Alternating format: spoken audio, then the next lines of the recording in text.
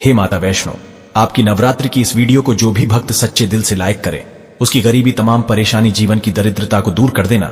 माँ, हम सब आपकी ही संतान हैं। माँ को लाइक जरूर करें। दोस्तों, 2024 में इस साल माँ दुर्गा हाथी पर नहीं बल्कि पालकी में सवार होकर पृथ्वी लोक पे पधारेंगी। शास्त्रों में वर्णित है तथा मान्यताओं के अनुसार अगर शारदीय नवरात्रि पर यदि माता दुर्गा का आगमन उनके वाहन सिंह पर नहीं बल्कि पालकी पर होगा, तो मान्यता है कि माता दुर्गा का पालकी पर सवार होकर आना बहुत बहुत ज्यादा ही शुभ और कल्याणकारी माना जाता है। जीवन सुखमय हो जाता है। भक्ति का भरपूर लाभ भक्त जनों को मिलता है। दोस्तों, इस बार नवरात्रि पूरे 9 दिनों तक मनाई जाएगी। ना एक भी दिन कम, ना एक भी दिन ज्यादा, पूरे 9 दिनों तक मनाई जाएगी। मां शेरोवाली की विशेष रूप से पूजा आराधना की जाएगी। शारदीय नवरात्रि का महापर्व इस बार 2024 में 3 अक्टूबर दिन गुरुवार से शुरू होकर 12 अक्टूबर शनिवार के दिन समाप्त होंगे। जो लोग 10वें दिन व्रत का पारण करते हैं वह लोग 12 अक्टूबर शनिवार के दिन व्रत का पारण करेंगे, और जो लोग 9वें दिन कन्या पूजन के साथ ही व्रत का पारण करते हैं तो वो लोग 11 अक्टूबर दिन शुक्रवार को व्रत का पारण करेंगे। व्रत संपूर्ण 9वें और 10वें दिन दोनों ही दिन को माना जाता है। आप अपनी इच्छा अनुसार 9वें और 10वें दिन व्रत का पारण कर सकते हैं। 10वें दिन माता का पावन विसर्जन होगा। जो लोग माता दुर्गा की स्थापना करते हैं तो वह लोग 12 अक्टूबर दिन शनिवार को माता का विसर्जन करेंगे। दोस्तों, ऐसे में शारदीय नवरात्रि पर माता दुर्गा की कृपा पाने के लिए कलश स्थापना का शुभ मुहूर्त है। 3 अक्टूबर को सुबह 6:19 से सुबह 7:23 तक है। साथ ही अभिजीत मुहूर्त है 11:52 से लेकर दोपहर 12:40 पर होगा। दोस्तों, नवरात्रि में क्या नहीं खाना चाहिए और कौन सा फल खाना आवश्यक है और क्या नहीं पीना चाहिए, आज हम विस्तार से आपको बताएंगे। शास्त्रों के अनुसार बताए गए व्रत चाहे किसी भी प्रकार के क्यों ना हो, उनसे जुड़े नियमों का पालन करना अति आवश्यक माना जाता है, क्योंकि जो मन के मुताबिक किया जाए वो संघर्ष नहीं कहलाता। कहा जाता है कि मनोकामना को पूर्ण करने के लिए थोड़ा सा संघर्ष यानी कि तपस्या तो करनी ही पड़ती है। इसीलिए ऐसी मान्यता है कि व्रत को पूर्ण विधि विधान से किया जाना चाहिए, तब आपको व्रत का पूर्ण लाभ फल मिलता है, आपकी सभी मनोकामना पूर्ण हो जाती है। इसीलिए हर शास्त्र यही कहता है कि सच्चे दिल से अगर आपके मन में ईश्वर के प्रति श्रद्धा हो तो बिन पूजा पाठ के ही सारा फल मिल जाता है, और अगर मन में ईश्वर के प्रति शंका हो तो उस मनुष्य को कई जन्मों तक सुख नहीं मिलता। भागवत गीता में भगवान श्री कृष्ण ने स्वयं कहा था, जो मनुष्य सच्चे हृदय से ईश्वर को पुकारता है तो उसका नाता उस शक्ति से जुड़ जाता है जिसे आपने सच्चे हृदय से पुकारा था। इसीलिए भगवान भी कहते हैं कि सच्चे हृदय से ही ईश्वर को पुकारें तो वो आपकी हर मनोकामना पूर्ण करते हैं। प्रकृति भी यही हमें सिखाती है। जब हम रोते हैं, चिल्लाते हैं, तभी ही हमारे माता या पिता हमें दुलार करते हैं, प्यार करते हैं तथा हमें धन देते हैं। बच्चे जब माता के प्रति रोते हैं उसी को ही सच्चा कहा जाता है, सच्चा हृदय कहा जाता है। सच्चे हृदय से ही ईश्वर को पाया जा सकता है। सच्चा मन है तो हर चीज शुद्ध और पवित्र लगती है, वातावरण सुगंधित और पवित्र हो जाता है। कई लोग ऐसे हैं जो भगवान के सामने घंटों पूजा पाठ करते हैं तथा रोते हैं, फिर भी भगवान उनकी कभी नहीं सुनता। दरअसल जब आप सच्चे मन से ईश्वर को पुकारते ही नहीं हैं तो भला वो आपकी पुकार कैसे सुनेंगे।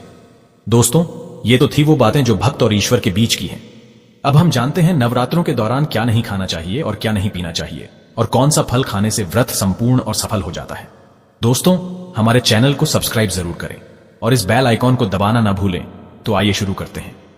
दोस्तों, नवरात्रि के दिन सेब जरूर खाना चाहिए। शास्त्रों में बताया जाता है कि भगवान के भोग में सेब आदि जरूर अर्पित किया जाता है। अगर आपका व्रत है तो आपको सेब जरूर खाना चाहिए। केला, पपीता, तरबूज और मीठे अंगूर जरूर खाना चाहिए। इन फलों से व्रतधारी को शक्ति मिलती है और व्रत संपूर्ण हो जाता है। शास्त्रों में बताया जाता है कि नवरात्रों के दिनों में सीताफल जरूर खाना चाहिए।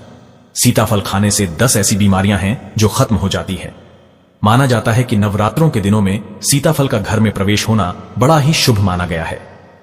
सीताफल खाने से नवरात्रि का व्रत सफल हो जाता है, क्योंकि इसमें माता सीता का आशीर्वाद मिला हुआ होता है। नवरात्रि के दौरान इसे जो भी खाता है उसे दुखों का सामना नहीं करना पड़ता। सीताफल आपको जरूर खाना चाहिए। दोस्तों, नवरात्रों में व्रतधारी को डब्बा में जो बंद लस्सी, डब्बा बंद जूस नहीं पीना चाहिए। उसमें कई केमिकल मिले होते हैं जिसके कारण आपका व्रत टूट सकता है।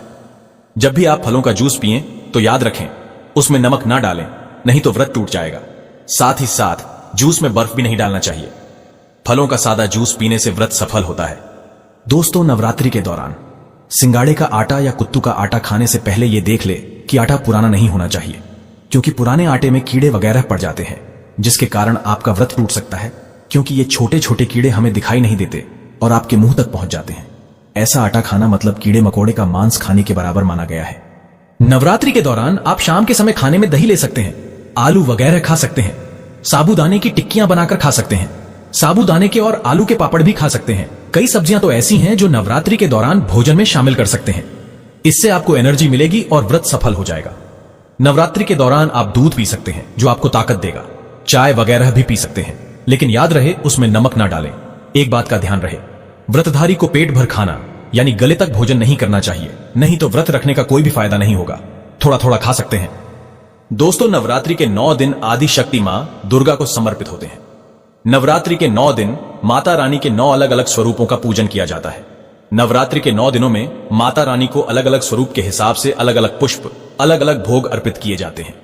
लेकिन क्या आप जानते हैं, कुछ ऐसी वस्तु है जिन्हें नवरात्रि के दौरान भूलकर भी माता रानी को अर्पित नहीं करना चाहिए।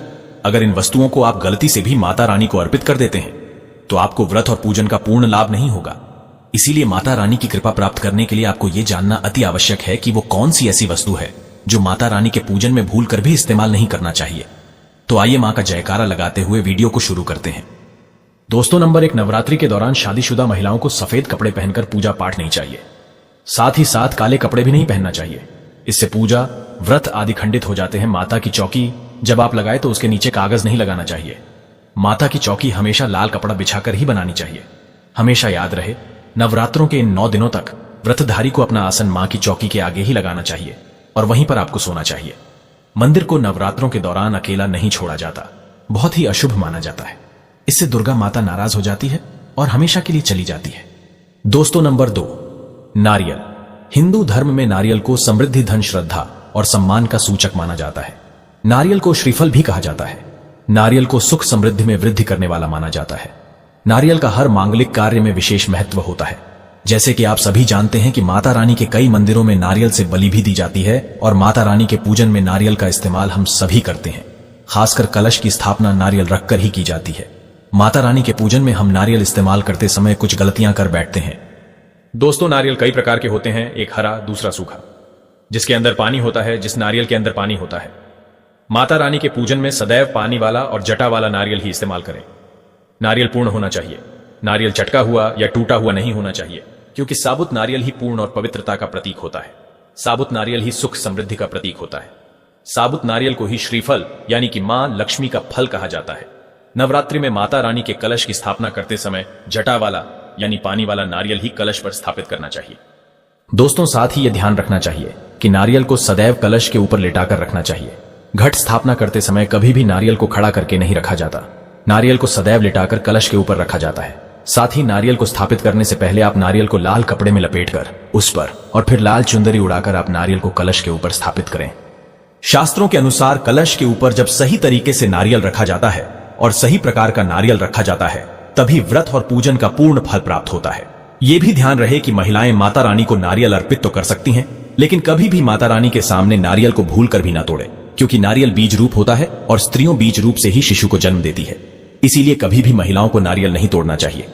दोस्तों, नंबर 3, लौंग। लौंग हम सभी माता रानी के पूजन में इस्तेमाल करते हैं, लेकिन लौंग का इस्तेमाल करते समय एक बहुत बड़ी गलती कर बैठते हैं। हमेशा ध्यान रखना चाहिए कि माता रानी को सदैव फूल वाली लौंग ही अर्पित करना चाहिए। जिस लौंग के ऊपर फूल नहीं होता या फिर जिस लौंग के पीछे लकड़ी की डंडी नहीं होती, उसको आप माता रानी के पूजन में भूलकर भी इस्तेमाल ना करें। फूल वाले लौंगों को ही पूर्ण माना जाता है और माता रानी के पूजन में कोई भी अपूर्ण वस्तु, कोई भी खराब वस्तु या टूटे हुए अक्षत इस्तेमाल नहीं करने चाहिए। इसीलिए सदैव माता रानी के पूजन में फूल वाली लौंग का ही इस्तेमाल करें। दोस्तों, नंबर 4, तुलसी के पत्ते अर्पित नहीं करने चाहिए। मां दुर्गा के पूजन में तुलसी पत्र का इस्तेमाल करना वर्जित माना जाता है। तुलसी पत्र के अलावा आंवला भी माता रानी को अर्पित नहीं करना चाहिए और दुर्बा भी माता रानी को अर्पित नहीं करना चाहिए। दुर्बा भगवान श्री गणेश को अति प्रिय है। नवरात्रि में आप भगवान गणेश को दुर्बा अर्पित कर सकते हैं। भगवान विष्णु जी को तुलसी के पत्ते अवश्य अर्पित कर सकते हैं, लेकिन माता रानी को भूलकर भी तुलसी के पत्ते या दुर्बा अर्पित ना करें। माता रानी को सफेद फूल भी अर्पित न करें। माता रानी को सदैव लाल रंग के फूल अर्पित करने चाहिए। लाल रंग के फूल माता रानी को अति प्रिय है। खासकर माता को गुड़हल और कमल के फूल अति प्रिय है। शास्त्रों में बताया जाता है कि घर में माता रानी की 2 या 3 मूर्तियां या फोटो नहीं होनी चाहिए। इस बात का भी आप विशेष ध्यान रखें कि माता रानी के पूजन में कोई भी खंडित चीज इस्तेमाल न करें। खंडित चीज जैसे कि चटका हुआ या टूटा हुआ दीपक या फिर चटका हुआ कोई बर्तन। और साथ ही यह भी ध्यान रहे कि लोहे के और प्लास्टिक के बर्तन आप माता रानी के पूजन में इस्तेमाल ना करें, क्योंकि प्लास्टिक के चाइनीज बर्तन हड्डियों के पाउडर से मिलकर बनते हैं। ऐसा न करें, ऐसे बर्तनों को माता रानी के पूजन से सदैव दूर रखें। माता रानी को जो पुष्प अर्पित कर रही हैं, उन्हें सूंघे नहीं। सूंघे हुए फूल या गिरे हुए फूल या फिर मुरझाए हुए फूल माता को अर्पित ना करें। दोस्तों, कमेंट बॉक्स में लिखे जय माता दी। जानकारी पसंद आए तो एक लाइक तो बनता है।